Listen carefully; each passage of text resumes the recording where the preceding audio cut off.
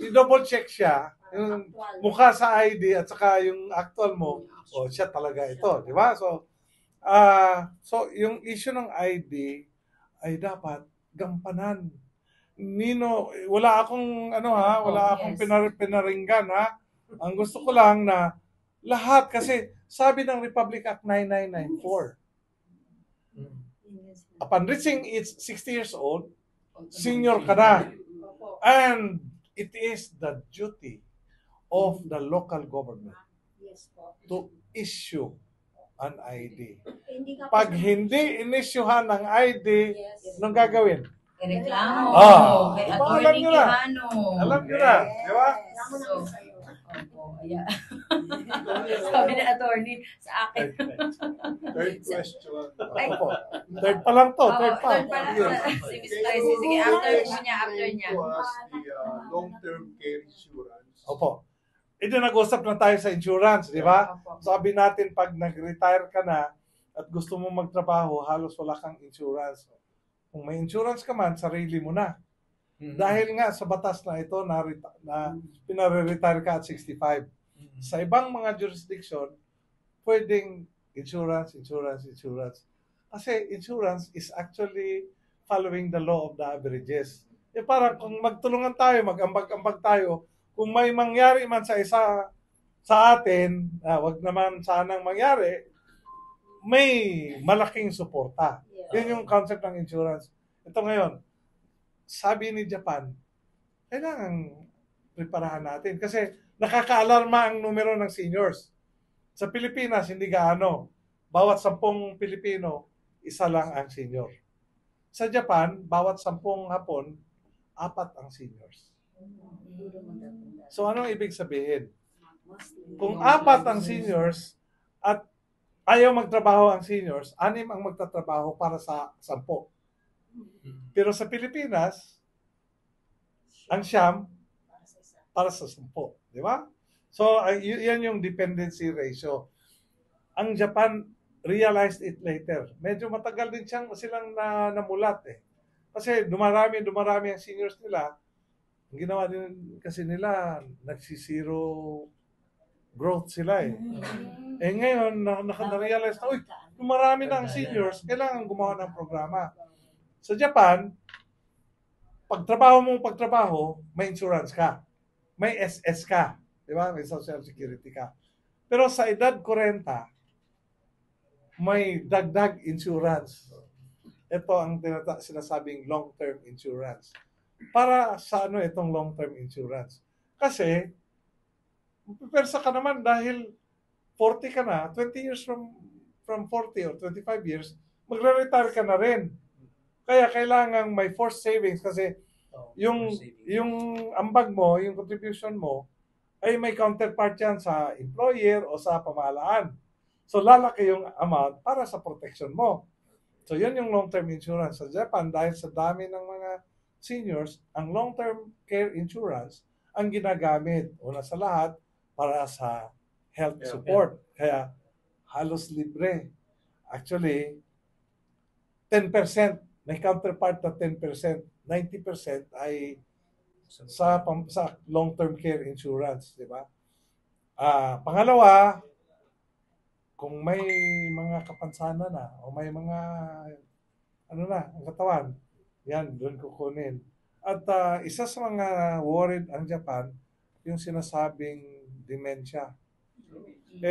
Wala akong local term sa dementia eh. English yan eh. Baka makalimutin na. O, di ba? Ulyanin. So, sa tingin ko sa Pilipinas, hindi gaanong marami. Alam nyo bakit? Sa Pilipinas, ang pamilya ay nagmamahalan. Laging nagagamit yung pinsamento ng senior. Kaya, kukunti ang ulyanin. Pero, ang tanong, talagang may mga ulyanin. Anong gagawin natin? Ito na po ang isang problema ni Commission ngayon.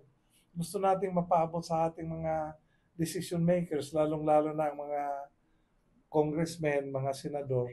Sana gawan natin ito ng paraan. Kasi pag hindi natin i-prepare ito, 12 million tayo ngayon. But 20 years from now, 24 million na tayo. pagka dumami at dumami ang seniors at wala tayong preparasyon, naku po, problema yan. Kaya gusto natin sa ngayon pa lang, mapag-usapan kasi etong mga decision makers natin, etong ang mga cameramen natin, baka senior na rin ito pagdating ng panahon, di ba? So, kaya kailangan i-prepare. Yan po yung long-term care insurance. Hindi lang sa health, pati welfare. Doon sa Japan, nabisita namin yung isang lugar na ang pangalan ay Wakabaday. Yan yung lugar na kung saan yung nagre-retire sa Tokyo, sa Yokohama, sa Kawasaki. Pag-retire nila, doon sila. At may may condo sila. Andun ang dalawang ospital.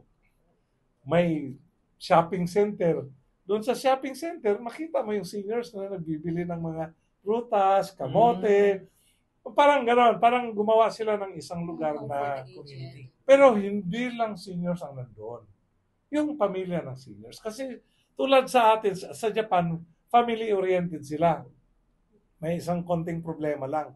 Dahil nagtatrabaho ang lahat.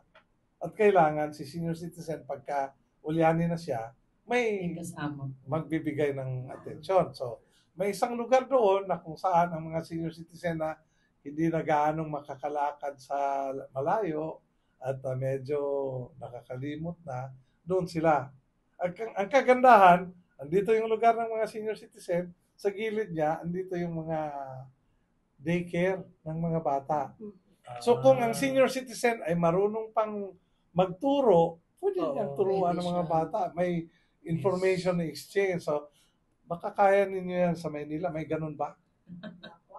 Ha? Wala pa po. O di, mag-isip na kayo. Mahaba pa naman ang panahon. Magplano na kayo. Plano ni senior citizen. May daycare center both for the bata 0 to 6 and Senior. Kung nagagawa sa Japan, pwede natin gawin dito sa Pilipinas. Di ba? Yan yung long-term care. Meron pa, All aspects ng aging, nagbibigay ng attention si long-term care insurance. Thank you. Isang tanong, attorney. Yung bang kasi maraming nagtatanong sa amin, hindi namin masagot. Retroactive ba yung octogenarians at nonagenarians? Halimbawa, ma-implement na yung 10,000 pag 80 years old, 85 years old, di ba? Ma-implement na yun.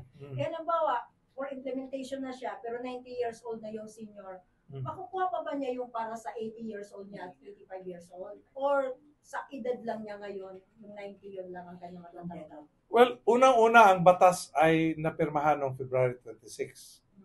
Nung pinirmahan, kailangang i-publish. So, na-publish po noong March 2. Dahil pinablish, may period of publication na maging effective, 15 days. So, effective siya March 17. Okay. Yung, kung may pera lang, kasi naghahanap pa ng pera eh. Kung may pera lang, ang makakatanggap ng 80, 85, 90, 95 ay yung 80 sa panahon na naging effective ang batas. Ibig sabihin, yung 80 mula nung March 18, 2023. Kasi, bakit March 18? Kasi kung March 17, hindi 81 na siya. Di ba? Pero kung March 18 siya, 80, pagdating sa March 17, 2024, 80 pa rin siya. Di ba?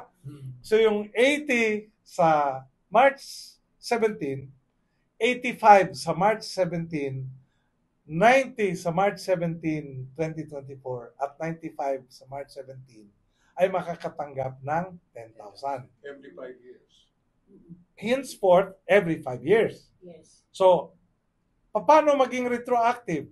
Well, from the point of view of March 17, retroactive yan sa March 18, 2023, kung may pera lang.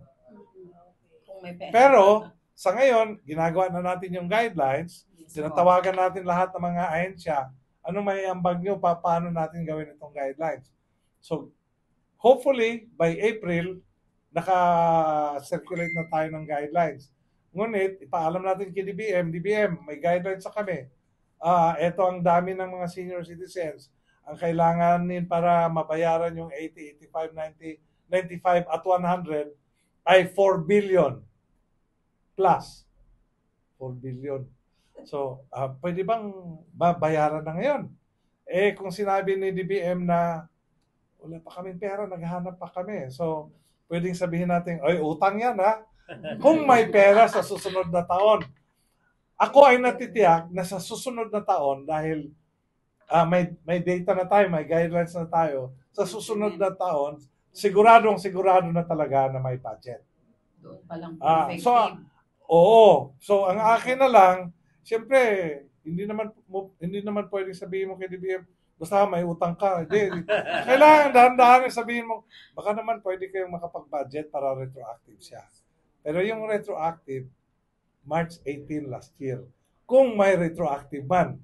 Kung sabihin ni DBM na ang pera namin ay para 2025 dahil hindi yan nasali sa gaan ng 2024, then we will have to really adjust. Sana po maintindihan ng ating mga seniors at sana po yung mga malapit kay mga opisyalis natin na ay mahikayat nila na si Presidente, BBM, kung sino-sino pa, si Vice President, si Speaker, kung sino-sino pa, baka pwedeng mahanapan ng pera. Ayan, so makatuloy ulo